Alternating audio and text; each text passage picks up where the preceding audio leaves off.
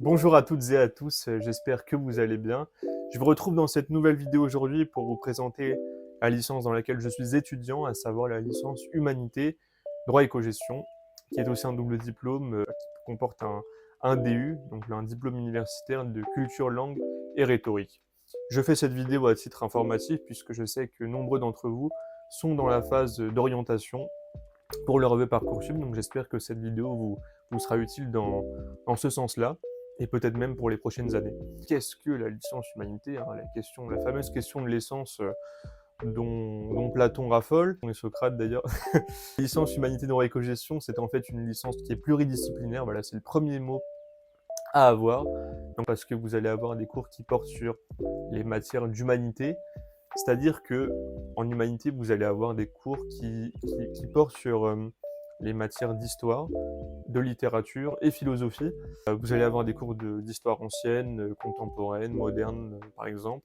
Pareil pour la philosophie, vous allez avoir des cours d'histoire de philosophie ancienne, sociale et politique également. Et puis vous allez aussi étudier des auteurs un peu plus spécifiques comme Marx, Hegel, Nietzsche par exemple. Enfin, ça dépend voilà, des matières, des cours que vous aurez aussi. Et en matière de littérature, vous allez avoir plusieurs époques, encore une fois, à étudier. Mais rassurez-vous, voilà, ça va pas être tout d'un coup. Ça sera plutôt assez bien étalé, puisqu'en fait, moi, je pensais qu'on allait avoir plus de cours que cela. Au final, pendant la L1, on a eu qu'un seul cours d'histoire, de philosophie et de littérature par semestre. C'est à partir de la L2 où là, vous avez le même cours en fait d'histoire, de philosophie ou de littérature qui s'enseigne à la fois en TD et en CM, alors qu'avant c'était que en TD ou que en CM. Ensuite, vous avez des matières de droit, d'éco-gestion, qui s'ajoutent aussi à ça, donc d'où le nom de licence humanité dans éco-gestion. Vous allez avoir des matières d'introduction au droit d'abord, puis ensuite vous allez vous spécialiser au fur et à mesure. Donc vous allez avoir des cours de responsabilité civile, de droit des contrats, de droit des affaires, jusqu'en L2. Et ensuite, si jamais vous gardez cette option, vous pourrez vous spécialiser dans l'option de droit, parce qu'en fait, vous avez avec cette licence 3 options de spécialisation, donc je vais revenir là-dessus.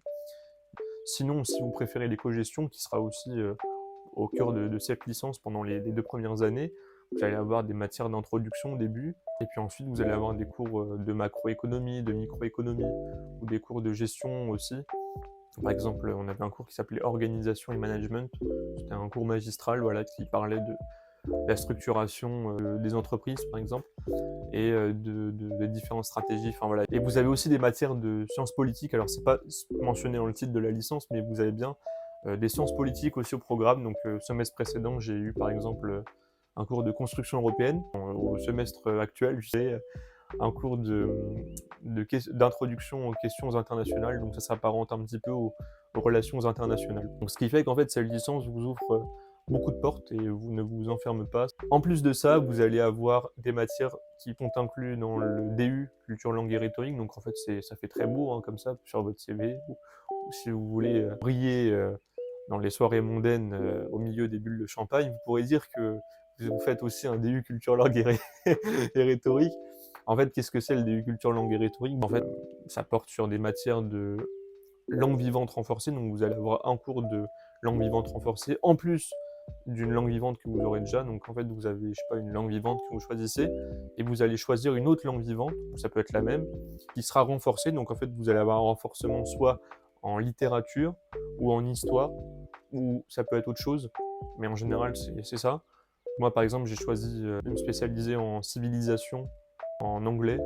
J'ai eu des cours de civilisation britannique, donc des cours d'histoire sur la civilisation britannique et sur la civilisation américaine. Donc, voilà, vous allez avoir plusieurs choix. Vous aurez des choix de spécialisation, soit en italien, en anglais, en allemand, en espagnol aussi. Et je crois qu'il y a une cinquième langue, mais je ne sais plus si c'est portugais ou quoi, mais je mettrai les liens de toute façon. Vous aurez aussi des cours de latin et de grec obligatoires. Alors moi, j'en avais jamais fait, par exemple.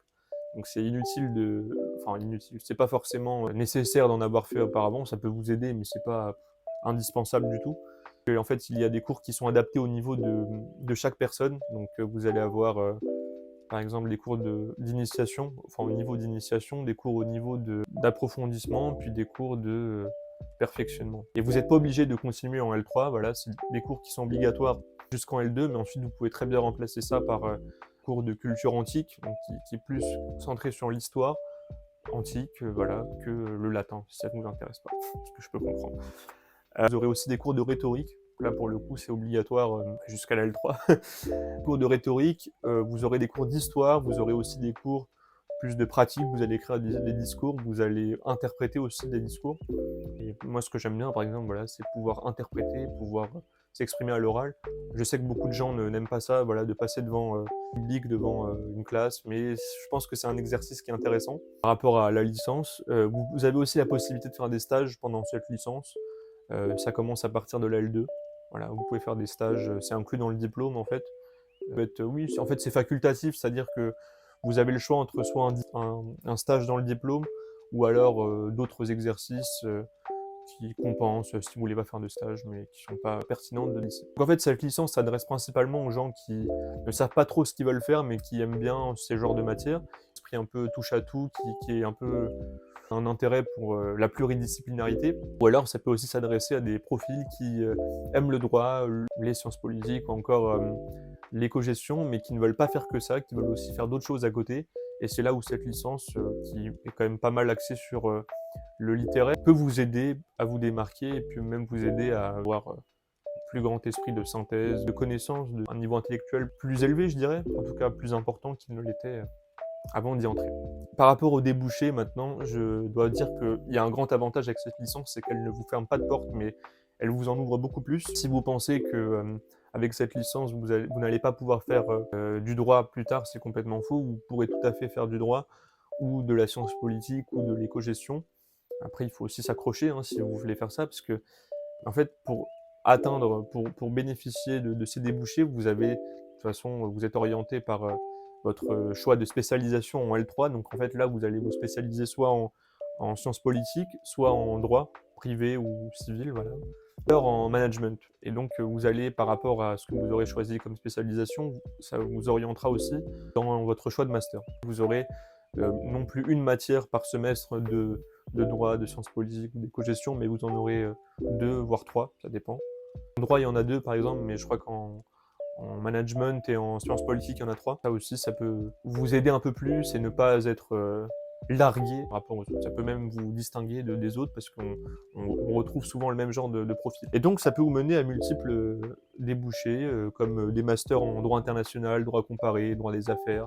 Il y a même quelqu'un qui avait fait du droit pénal alors qu'il n'y a pas du tout de droit pénal dans notre licence. Donc en fait, ça va aussi dépendre de ce que vous faites à côté, qui va être déterminant.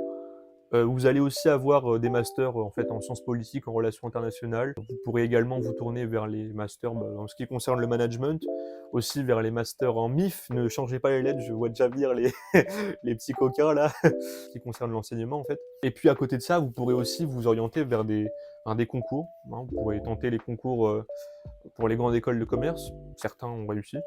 Et les concours également pour la fonction publique, pour les IEP, vous pourrez aussi donc envisager des concours, je sais pas moi, pour la fonction publique nationale ou internationale ou européenne. Vous pourrez envisager le barreau aussi, tenter l'épreuve du barreau, s'il y en a qui ont envie de devenir avocat. Donc en fait voilà, c'est pas du tout un frein. Vous n'allez pas, si votre problème c'est les débouchés, vous n'allez pas forcément avoir de problème de ce côté-là. Sauf si vous savez déjà que vous voulez faire du droit ou de la science politique, foncez dans ça. Mais si vous n'êtes pas encore sûr ou si vous voulez faire d'autres choses à côté, ça peut vous être utile aussi, sans pour autant délaisser complètement ces matières-là. Voilà, je pense que cette vidéo touche à sa fin. J'espère que cela vous aura été utile, que vous allez pouvoir vous retrouver un peu dans Parcoursup. C'est pas du tout une phase qui est facile. Là, en général, on a du mal à se décider. Moi-même, j'avais eu quand même un peu de mal à me décider. Mais j'espère que vous allez vous y retrouver, que vous aurez également les vœux que vous avez sélectionnés et vous épanouir dans vos études.